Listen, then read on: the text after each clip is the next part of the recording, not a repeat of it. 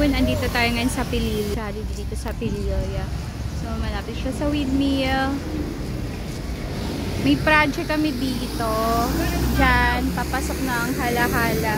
So, malapit lang dito sa Barangay Halay Hayin. Ayan. So, yung way niya, Hala-Hala.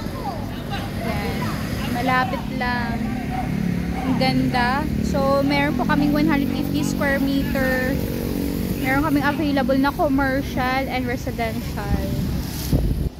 So, nandito lang siya. Malapit lang dito. Puntahan natin mamaya yung location.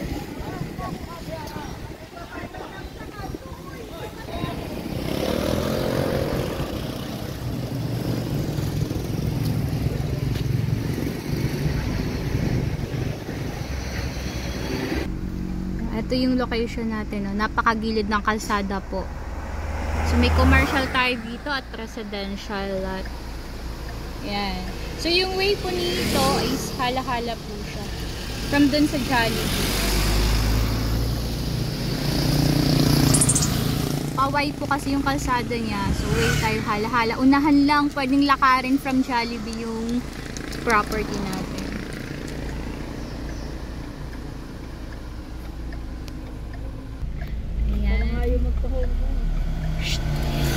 Ayan sila. Ayan na. Ayan sila. Ayan, yung location na. Hindi rin sila bumaba. Uy, may tumatawag. Uy, sagutin so, mo. may buyer tayo.